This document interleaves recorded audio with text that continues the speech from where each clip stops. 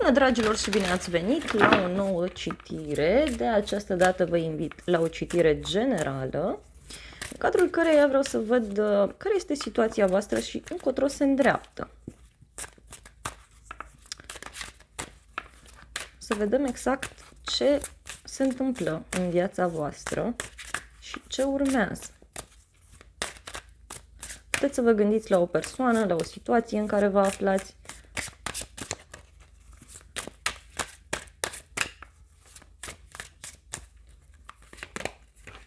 Wow, văd aici că aveți o persoană foarte tradiționalistă, foarte înrădăcinată, așa, în propriile convingeri. Puteți avea legătură aici cu zona rurală. Văd aici o persoană care ține foarte mult de niște bani. Poate să fie un bărbat pe care vă puteți baza. Pentru alții discutăm de un loc vechi de muncă. O persoană care emană abundență, o persoană care este foarte strângătoare, văd aici. Sau cel puțin așa sunteți voi percepuți. Însă, această persoană văd că evită să ia o decizie, da? Și tot jonglează aici între două relații sau are de lucru cu două persoane, lucrează în două locuri, stă în două locuri. Dacă e vorba de o relație de iubire, să știți că își dorește ceva stabil, în schimb, momentan mai cântărește situația. Nu este foarte hotărât sau foarte hotărâtă. De asemenea, văd că unii dintre voi este posibil să primiți bani din două părți sau să nu fiți încă siguri dacă vă doriți o relație, să nu fiți chiar voi încă siguri dacă doriți această persoană.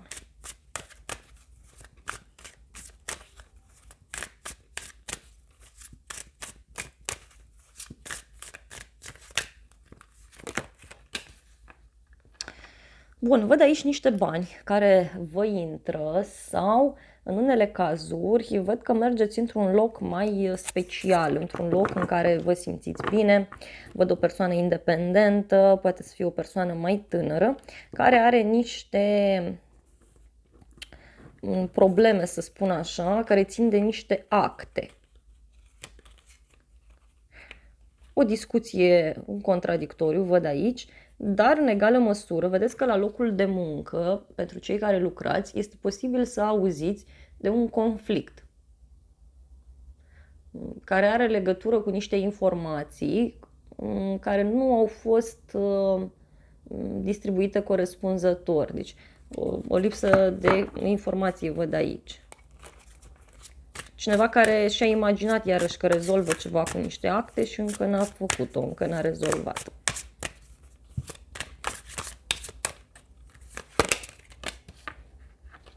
Totuși văd aici o victorie. O victorie pentru cineva în legătură cu niște bani sau în legătură cu un loc de muncă. Dacă e vorba de o relație, văd aici că ceva se rezolvă. Două femei văd care sunt prietene de mult timp sau două femei care se cunosc de mult timp, mai văd aici, și o posibilă revedere. Dacă sunteți într-o relație cu cineva, să știți că aici discutăm de un suflet pereche. Un suflet pereche, da, care vine în viața voastră sau un suflet pereche în ceea ce privește această persoană. Hai să vedem puțin și pentru voi cum stau lucrurile.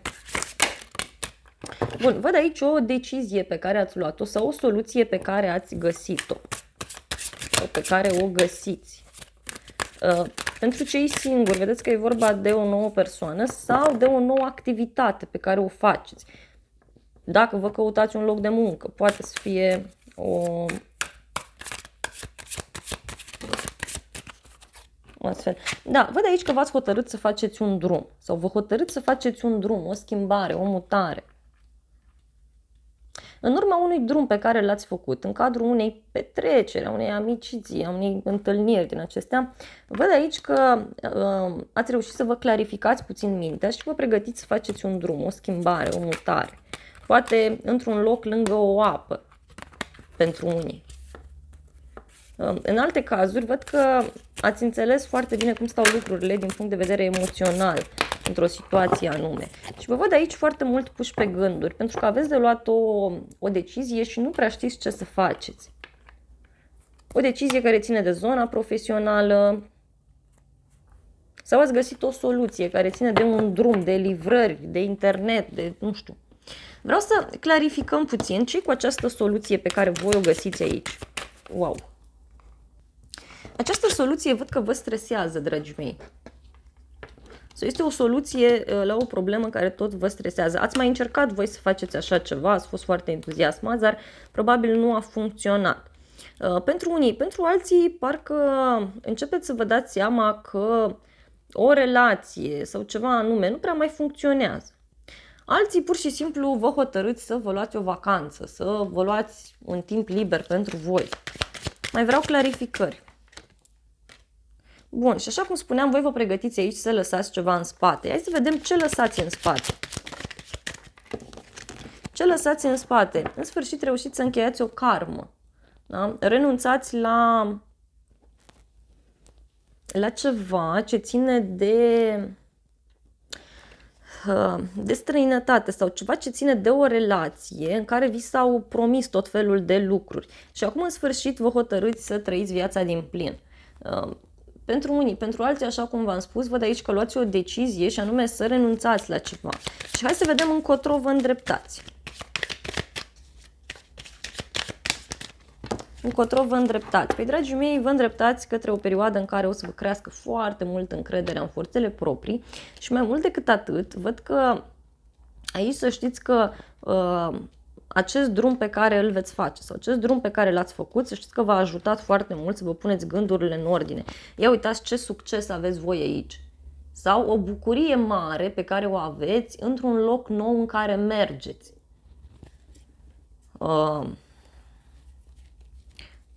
Parcă aveți parte de un succes la muncă, nu știu, avansați sau faceți ceva.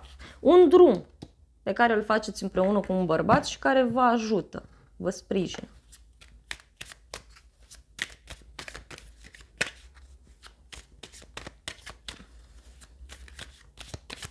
Hai să vedem totuși de ce apare acest 2 de spade.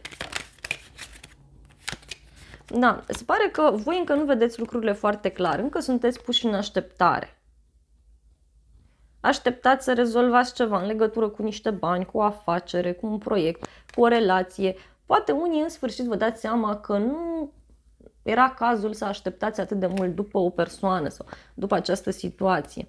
Vedeți că momentan e posibil ca lucrurile să se miște lent în viața multora dintre voi și să aveți aici de strâns experiență, să aveți de acumulat bani, deci de strâns bani, de acumulat experiență.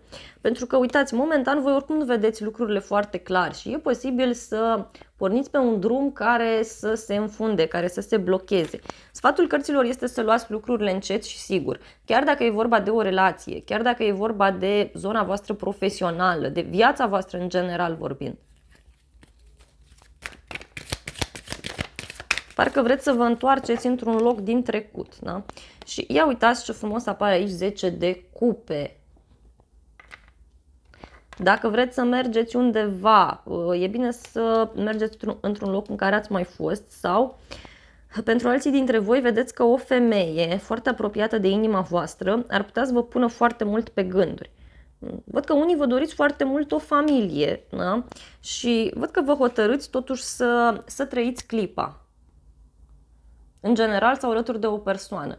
Iar pentru cei singuri, vedeți că poate să apară o persoană nouă, dar care cum să vă spun eu, să vă schimbe destul de mult modul de a vă manifesta, să vă schimbe foarte mult modul în care voi relaționați, modul în care voi comunicați.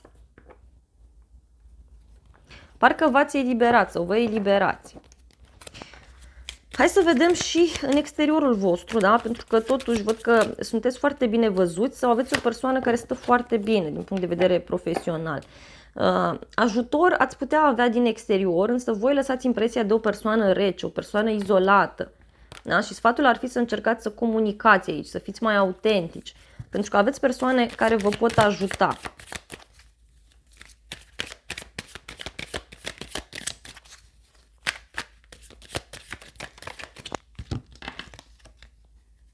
6 de monede, asul de monede. Dragilor, dacă ați întrebat de un loc de muncă, să știți că aici rezolvați. Vă intră niște bani și văd un nou început care o să vă aducă o sursă secundară de venit. Chiar dacă nu mai lucrați, puteți să găsiți un job sau puteți să găsiți o activitate care să vă echilibreze foarte mult din punct de vedere material aici. Dacă este vorba de o relație, văd că lucrurile se stabilizează, în schimb, parcă e bine să, nu știu, să ajungeți la o înțelegere atunci când vine vorba de bani sau, cine știe, în unele cazuri, poate să fie vorba de un echilibru pe care e bine să-l găsiți în această relație. Da? Și e cu succes, văd aici, însă sfatul este să lăsați puțin trecutul în urmă, să vă ascultați intuiția și așa cum vă spuneam, o femeie foarte apropiată de voi, o prietenă, mama, o persoană, o vecină, cineva vă poate ajuta mult sau chiar intuiția voastră. Haideți să vedem și zodiile implicate și avem așa: Taur, Fecioară, Capricorn, Gemeni, Balanță, Vărsător, Rac, Scorpion, Pești și Berbec, Săgetător, Leu. Dragii mei, acestea au fost previziunile. Eu vă mulțumesc pentru vizionare. Nu uitați să vă abonați canalului, să apăsați clopoțelul, să apăsați butonul de like. Iar pentru cei care doriți să mulțumiți, pentru cei care doriți să mă ajutați în acest proiect, tot ce trebuie să faceți este să distribuiți aceste videoclipuri sau să recomandați canalul unei persoane dragi vouă. Eu vă îmbrățișez și vă doresc o zi sau o seară binecuvântată. V-am pupat!